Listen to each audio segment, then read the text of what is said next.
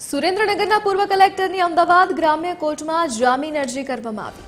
ઈડીએ જમીન એની કરવાના કેસમાં ધરપકડ કરી છે. મની લોન્ડરિંગ એક્ટ હેઠળ કલેક્ટર સહિતનાઓની ધરપકડ કરવામાં આવી છે. કલેક્ટર સહિતના અધિકારી જમીન એની કરવાના રૂપિયા લેતા હોવાનો આક્ષેપ કરવામાં આવ્યો છે.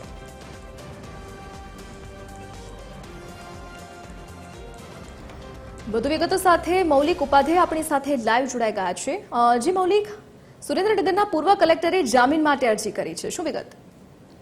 બિલકુલ, જે રીતે સુરેન્દ્રનગર કલેક્ટર છે પૂર્વ કલેક્ટર રાજેન્દ્ર પટેલ તેમના તેમજ જે નાયબ મામલતદાર છે મોરી, આ તમામ લોકો છે તેમની ધરપકડ ઈડી દ્વારા કરવામાં આવી હતી અને ત્યારબાદ રિમાન્ડ મેળવવા માટે કોર્ટમાં રજૂ કરવામાં આવ્યા હતા.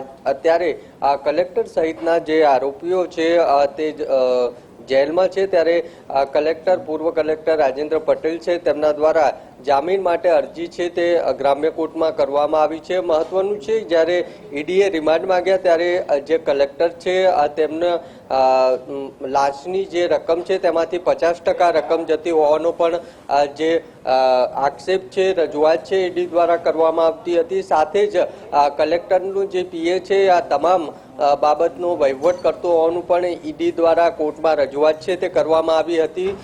ત્યારે આ તમામ બાબતને ધ્યાનમાં રાખીને ઈડીએ રિમાન્ડ છે તે માંગ્યા હતા અને ત્યારબાદ રિમાન્ડ પૂર્ણ થતા જે પૂર્વ કલેક્ટર છે રાજેન્દ્ર પટેલ તેમને જેલમાં મોકલવામાં આવ્યા છે. હવે તેને જામીન માટે ગ્રામ્ય કોર્ટ છે તેમાં અરજી છે તે કરી છે. આજે ગ્રામ્ય કોર્ટમાં જામીન અરજી પર સુનાવણી છે તે હાથ ધરવામાં આવશે.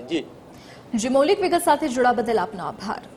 તો જામીન માટે અરજી કરવામાં આવી છે જેની પર આજે સુનાવણી હાથ ધરાશે.